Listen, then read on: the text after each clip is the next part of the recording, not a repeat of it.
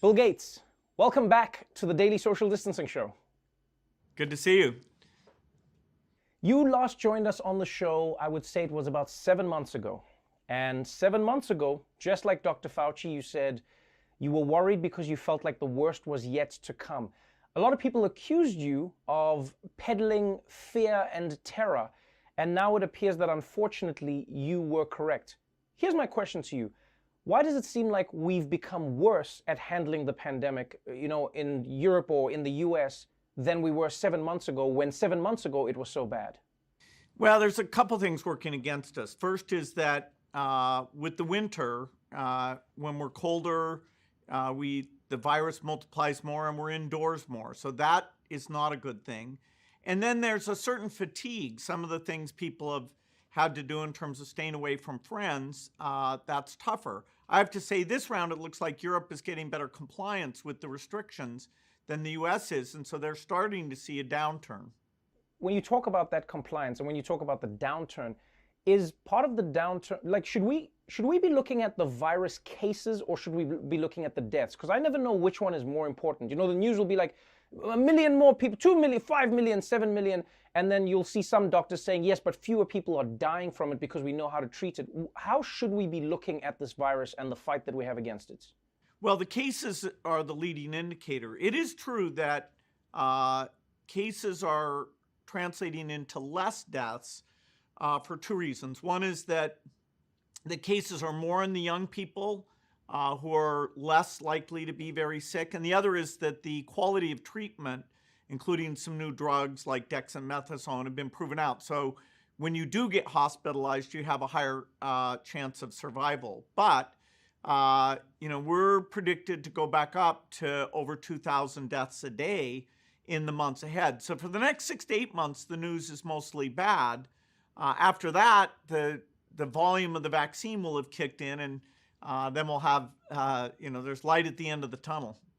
Wow. I mean, the question is then, I think for a lot of people, is like, how long is that tunnel? How bad does that tunnel get? And how do we stop it from being the worst possible tunnel? One of the big things a lot of people are worried about is going to be the transition between Joe Biden and Donald Trump. You've worked with governments all over the world, working on their vaccine distribution, working on healthcare around the planet. You know how important it is for one administration to talk to the next when it comes to handing off on their plans. How much do you think this will actually affect America's response if there isn't a transition?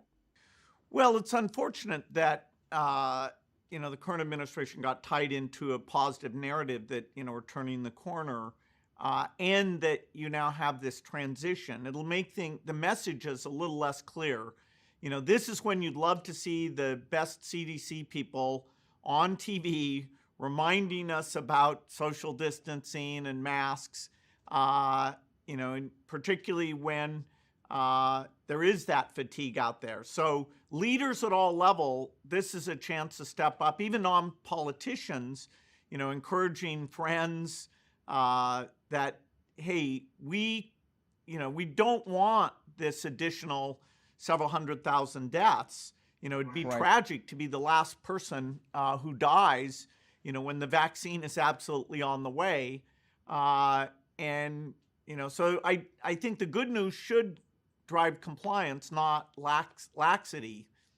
As somebody who's done work globally around healthcare for so long, especially around infectious diseases, what have you found is the key to encouraging or convincing community members to buy into the measures that keep them safe? Well, we had vaccine resistance with polio, and they're getting the religious leaders to speak out, to have them visibly vaccinating their own children. For a while, it looked like we'd never stop polio in Africa, and yet now it's just been certified that we've gone 3 years without wild polio. So activating the trust hierarchy and getting rid of the conspiracy political element to it, and just reminding people, in this case, it's about saving lives. In that case, it's about kids not being paralyzed. When you get people back to that very human impact, if we don't behave well, I think, then it'll often come through. It's interesting that you bring up conspiracies, because the conspiracy theories about you online are insane on social media, and social media has propagated them in a way where it's like Bill Gates is trying to create vaccines so that he can control your minds, and he wants to vaccinate everybody so that he can implant. I think you're going to change people's DNA, is what they said. You're going to change our DNA so that, I don't know, we turn into something and then we work for you somewhere. I don't know the full story. I'm still learning it. When you see these things, first of all, have you been able to track down where it comes from? And secondly, have you even, I know you think about these things. You're one of the, like, the biggest thinkers I know. Have you even thought about like the motivation behind it? Because I'm always trying to figure out who benefits from a conspiracy theory. And I'd love to know if you've put any thought to this at all, because of how many people won't get a vaccine because they truly believe conspiracy theories. Yeah, usually when you work on infectious disease, like Dr. Fauci and I do, you're kind of obscure. Nobody talks that much about TB or malaria. So here we have this, complete turnaround where vaccines and, are they good for people, are now front and center. And there's always been a small group of anti-vaccination people, and we see this with, measles vaccine. They've now got a platform, and they've sort of joined forces with some political conspiracy views. And it's so easy to click on, particularly when a simple explanation for this pandemic that, oh, there is somebody evil behind it, is somehow easier than, the true biology, which is actually kind of complicated. So, we have to make the truth more interesting, and, we've got to label things with the truth. And sadly, the naivete about how to make social media work well is pretty strong, and that's coincided with the election and the epidemic. I wish I had the answer, but, it's out there in big numbers, and it just keeps growing. So when we look at the vaccine now, I mean, that's now the story. Now the world is waiting for the vaccine because the vaccine becomes the key that unlocks the door. As you say, the light at the end of the tunnel. The question then is, how do people get the vaccine? How effective will the distribution method be, and how difficult is that? Well, the vaccine's going to be in short supply. The good news is that there's 4 other vaccines that are likely to get approved fairly quickly as well. The fact that Pfizer works so well makes us optimistic that AstraZeneca, Johnson & Johnson, Novavax, which those are much cheaper, easier to scale, and don't require that cold chain. So we'll have a lot of vaccines, and we need to prioritize people at risk, elder people, people who work in nursing homes, and each country will have to decide, okay, who goes first. That's still a little bit confused in the US, but hopefully we'll get that straightened out very, very soon, because the vaccine is likely to be shipped a lot in the month of December. As you said, the anti-vaccine community has only grown over time. I think the US is now the biggest hub of anti-vaxxers in the world. It started as a fringe thing with measles. Now with corona, it is fully fledged. And because of politics, it's been amplified. So now you'll have some people who are on the liberal side saying, I don't trust that vaccine, it was made under Trump. And then you'll have other people saying, like, I don't trust that vaccine, that came from Joe Biden and the Democrats, they're trying to brainwash us. It's a lot of people may not want to take the vaccine, which may now go against everything we've worked towards. So how do you begin convincing people that the vaccine is safe, like in the midst of this political crisis? Well, it's clear that the FDA went through the professional staff there, all the things they're supposed to. Likewise, Pfizer.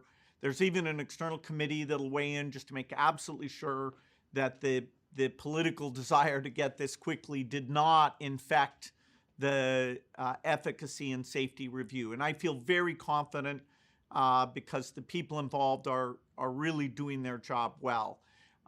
We don't need everyone to take the vaccine.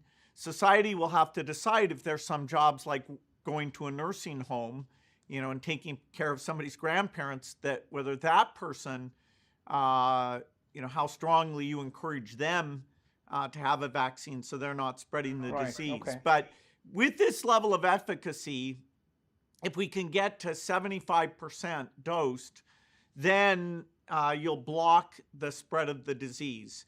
With measles, you'd have to get to like 95% because it's even more infectious. But the good news here is that we just need that majority. And I think as people see people taking the vaccine and they see that the side effects, if any, are very, very rare, that confidence will build, and that will be good for society, because when you take the vaccine, you're helping to protect other people. Let's talk about climate change, because that's another one of Bill Gates' passions, another thing Bill Gates has been doing for a long time. You have very strange hobbies. I play video games. You do malaria and climate change. But let's talk a little bit about that. How much have we gone backwards in this period in terms of fighting climate change?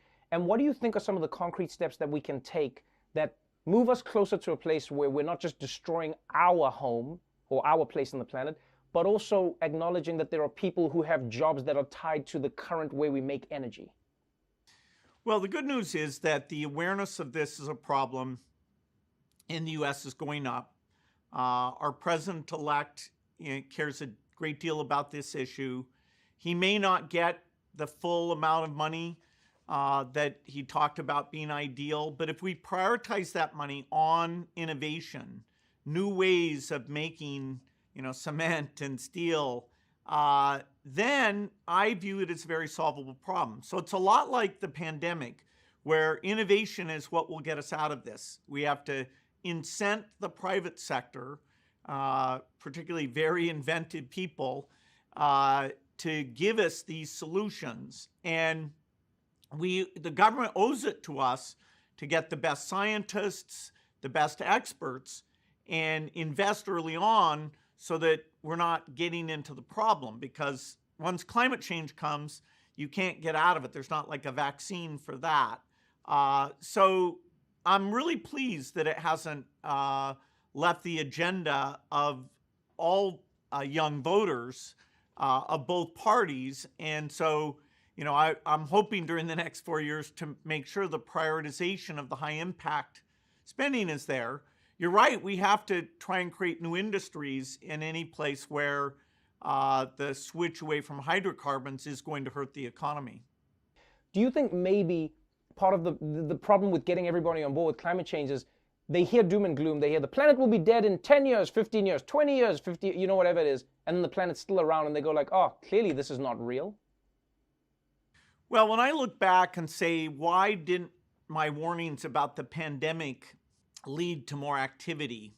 I have to say, should I have made the grimness even more vivid, or told more people that bad news? So if you want people to prepare in advance, you really do have to, at least in some way, show the potential negative outcomes.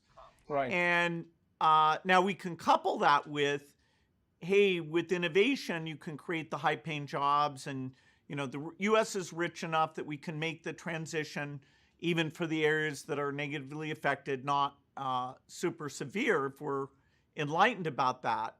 Having the common base of facts, like, is climate change a problem? Is it hard to solve? Was there really a chance of a pandemic coming? There, you want to build a consensus. And once you get things underway, I agree, emphasizing like the heroes in the front line on the pandemic, the great scientists who created this way of making vaccines. It's going to help us with lots of other diseases, even cancer. Those positive stories will help push us through and maintain what, in the case of climate change, will be many decades of hard work to change the industrial economy so that there are no emissions, and help countries poorer than us that can't afford a premium price. I know I'm going to run out of time with you soon, so I wanted to chat to you about another venture that Bill Gates is jumping into. And this one is interesting because welcome to the bandwagon, Bill. You have launched a podcast. I was like, wow, the pandemic is real when even Bill Gates has a podcast now. It's official. You have a really interesting podcast that you are co-hosting with Rashida Jones. I love this. You've got Bill and Rashida and you're asking big questions. And what's interesting about this is you two seem so different, and you have many similarities. You both went to Harvard, I believe, right? The only difference is she actually graduated. Very so impressive. The question I have is, Do you sometimes feel a little inadequate hosting with Rashida when you're a college dropout? I feel more inadequate because she is so articulate, and she's an artist, and I like to give out lots of numbers, which are just boring as heck. So I think thank the goodness. word you were looking for there was nerd. I think that's what you were looking for. Yeah, I'm there. the nerd. Although she likes to read too, but it's a good balance. It was a lot of fun doing it with her. She's not as optimistic about the future as I am, and I'm trying to bring her around. Whether it's the pandemic or climate change, talking to her about there is a path. There's a path. It's fun. I know Dr. Fauci is your first guest, and it's a really, really fun podcast. It's fun to hear the both of you and the dynamic that you have, and I hope a lot of people will tune in because it's just a different way to listen to these conversations. As for you joining me on the show, thank you again for taking the time. Thank you for the work that you're doing. Good luck with everything, including the conspiracy theories, and hopefully I'll see you on the other side of the tunnel. Yeah, in person someday. In person, my friend. See you then. All right. Bye-bye.